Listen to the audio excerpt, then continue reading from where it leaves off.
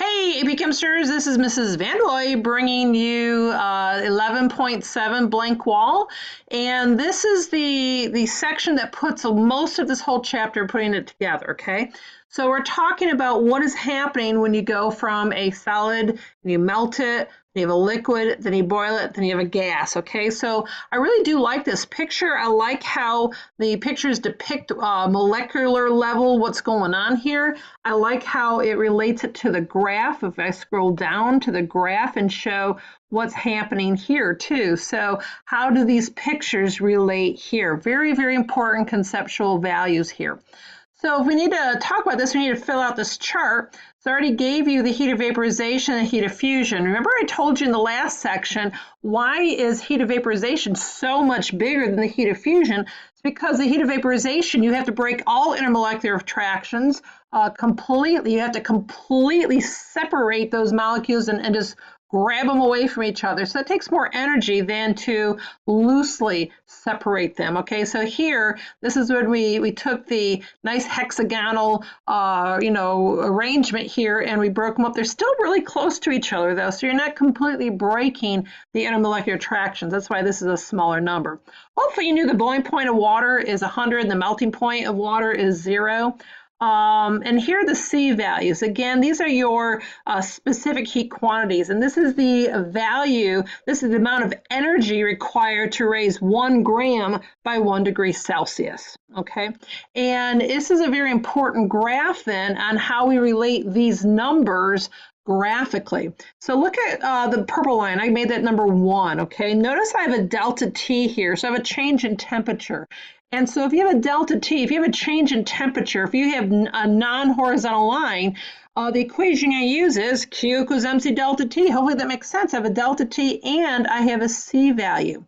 Here is my flat line. This is my heat of fusion. So notice the temperature does not change as I go from all solid to all liquid. All that energy is going to break the intermolecular attractions instead of making the molecules move faster. Here is another sloped line. So I have Q equals MC delta T again. So here is my C. You probably recognize that 4.18. This area here is the orange line. This is another flat liner. This is the amount of energy it takes to completely vaporize, in this case, I think it's 1 mole of water into a gas. Now note something. Look at the blue line and look at the orange line. This orange line is about 7 times greater than the blue line. Well, how did I know that? Well, I'm looking at these values here. Isn't 41-ish about 7 times bigger than 6? Yes, it is. So if I got out a ruler and I were measure, maybe that's an inch, and what's this? This would be close to 7 inches, okay? So the graph is showing you the magnitudes of your delta H's. Then finally here, I also have a sloped line, so I have an MC delta T, and so here's my C value. I want to show you something else about this graph. So we talked about the magnitudes of your 2 horizontal lines representing the heat of fusion and heat of vaporization. But what about your C lines, your sloped lines? Notice my green line has a different slope than 1 and 5, than the purple and the red. So why is that? Is it just a hazard graph here? Of course it's not. So if you look, what does that C value again mean? It's the amount of energy, which of course, let me scroll down a tad. That's what your x-axis is. It's the amount of energy required to raise 1 gram by 1 degree Celsius. So if I have a small value, 2.09, what does that mean? That means it doesn't take much energy for the temperature to go up. So notice how steep this purple line is and that blue line. Okay, they have about the same steepness. They have about the same slope. Why is that? They're very steep because it takes very little energy. So X is a very small number and Y goes up quite a bit. Okay, so it takes very little energy in order to raise 1 gram, 1 degree Celsius. But what about my green line? Is it about twice the amount of the C for my solid? Yes. So look at the slope here. It's not as steep, all right? You might say that this is twice as steep as the green line. Why is that? Because it takes more energy. I have to make a bigger X value before the Y goes up. Okay, so this is less steep. My Y it doesn't go up as much as it did over here for every, amount of heat added. So hopefully that makes sense. So I wrote there are 5 distinct regions on this graph. And again, let's assume we have 1 mole of water. Well, what do you think I'm going to do with this 5 regions? I want to know how much total energy it takes to raise 1 mole at negative 25 degrees Celsius up to 125 degrees. How much energy does that take? Well, if I have 5 distinct regions in this graph, I'm going to have 5 distinct equations. So hopefully I've hinted enough to you that where you have these sloped lines, I have a delta T. I also have C values, so I'm going to use Q equals MC delta T for equation 1, 3, and 5. So let's see how I did number 1. So here's my equation number 1. Notice I try to color coordinate it. I don't know if you're interested in doing that, but to me it helps me. So my Q equals MC delta T. I have 1 mole, which is 18.02 grams of water. Here's the C value from what I gave you. And notice it's final minus initial. Well, my final is 0. That's where my purple line ends, minus negative 25. When I add that all together, notice I get a positive 941.5 joules of energy. Why is it positive? It's endothermic. I'm absorbing energy for this to happen, okay? So what do I do about the flatliner? Can I use Q equals MC delta T here? And the answer is no. Why not? Because I don't have a delta T. I don't have a Q value. So how am I supposed to find the energy? Folks, try factor labeling. How's that? So how many kilojoules does it take for 1 mole? Well, for this one, heat of fusion, it's 6.02 kilojoules for 1 mole. So I get 6.02 kilojoules. Hey, that was nice. All right, what about the next one? All right, it's another sloped line. So I use Q equals MC delta T. Why don't you go ahead and do this one on your own? Pause this and do it. All right, welcome back. Hopefully you paused it and you did the math. And I got this value here. Notice it's final minus initial again. So it's just the green line, final and initial of the green line. So this is how many joules I got. What about number 4? It's not a Q equals MC delta T. What do I have to do? It's just like number 2, isn't it? I'm going to factor label it. So why don't you do that real quick? Well, that should have been real quick because it's 1 mole. Now, they could give you grams in this thing. So yes, periodic table to convert to moles and then go ahead and factor label. So what about the last one? It's a sloped line. So why don't you go ahead and pause this and come up with its value. Hopefully you paused it, and when you're done, you should have gotten 905.5 joules.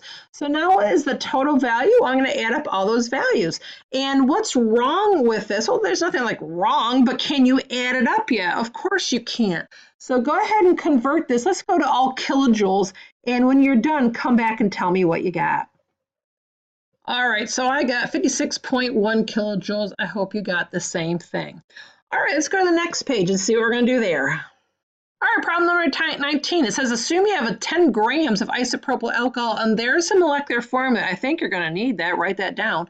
It's going to start at negative 100 degrees Celsius. You're going to heat it to 160. I believe your paper says 160. For some reason, mine left it off. All right, so make it 160 if it isn't already.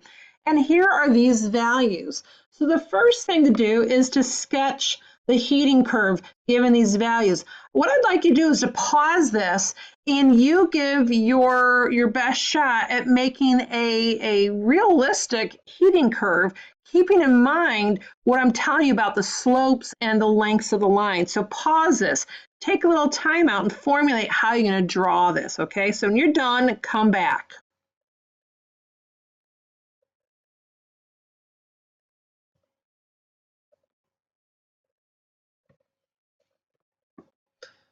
All right, let's see how you did. So the first one is I'm looking at these values here, and this is a really small number. So do you remember what I told you? If it's really small, the slope is going to be really, really big, isn't it? So this is a super steep line. Why? Because it takes only a little bit of energy to raise 1 gram by 1 degree Celsius. And then I'm looking at the differences here. So I need to make the heat of fusion a small line. I need to make the heat of vaporization about, oh, I don't know, 8 times-ish larger. So I'm going to make my second part kind of small, and I'm going to make my next line bigger. Now, what about the slope here? This is going to take more energy. It's about 10 times as much energy in order to raise 1 gram, 1 degree Celsius. So what I tried to do is I tried to make this slope right here about 10 times as steep as this slope here, okay? So then what? I'm going to make this one about 8 times as big as the blue line. Okay, so I'm going to put about right there. And then what about here? This slope is about halfway between these two, isn't it? You know, just roughly. And so I made it steeper than my green line, but not as steep as my purple line. So there's my heating curve. So go ahead and now pause this and come up with the energy of each 5 steps and then combine it all to a kilojoule. So go ahead and pause this and work this out.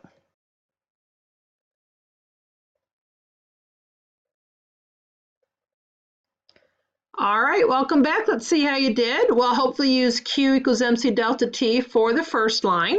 And again, you have 10 grams. There's the C, and remember it's final minus initial, so it's negative or minus a negative 100. So you get a positive number again. It makes sense. You're going up the curve, you're absorbing energy. Hopefully you used factor-label, and again, you needed that molar mass, didn't you? So you can go from grams to moles, moles to kilojoules. Number 3, hopefully you used Q equals MC delta T minus, minus the negative number, so you get a positive value again, so you get 4,604 joules of energy. Number 4, again, you needed to, as a flatliner, you had to factor label, so you needed, again, the molar mass. And then finally, number 5, you needed the Q equals MC delta T, so it's 160 minus 82.3, and there you go. So now what? What's my total energy value? Well, what did I have to do? I needed to add it all up, and I have my total amounts here. So I got 13.62 kilojoules. So problem number 20 asks you, all right, so what if I have the same set of conditions? I still have those 10 grams of isopropyl alcohol. And if I start at negative 100 degrees and I add 35 kilojoules of energy to it, what is it going to be? A solid, liquid, or gas, or maybe a solid and a liquid, or a liquid and a gas? Well, think about it. I only needed 13.62 kilojoules of energy to go up to 160 degrees. If I added more energy, it's still a gas, isn't it? It's just hotter gas, all right? So I would extend that red line up even further. So this number right here would be even bigger for this whole thing to add up to 35 kilojoules. It's probably gonna be really, really hot. So let's try to make this a little bit more realistic. What if only 10 kilojoules of energy were added? Why don't you pause this and think that through? So seriously, pause this and decide what phase change you're gonna be in, okay?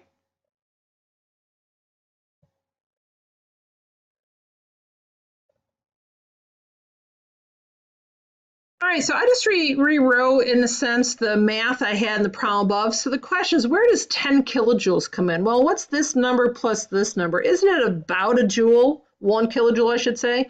So if I add about 1 kilojoule to 4.6 kilojoules, we're talking about 5.6 kilojoules. So then what? I still need about 4.4 kilojoules to get to 10 kilojoules. Well, that's plenty, isn't it? So what happens is that I have plenty of stuff. So it's during this phase change right here that I have 10 kilojoules. So if I were to add these numbers up, it'd be in this area right here that I've used up my 10 kilojoules. So as it turns out, what is that orange phase? It is the heat of vaporization, so it's a combination of a liquid and a gas. So what does that mean? I am somewhere probably right around in here is 10 kilojoules. So if I were to put numbers down here, 10 kilojoules would be about right here. So I am between a liquid and a gas. All right, I have a combination of both. Hopefully this makes sense. We'll practice more of these problems in class, don't worry. And this is the end of section 11.7, so don't wait to be great. Bye-bye.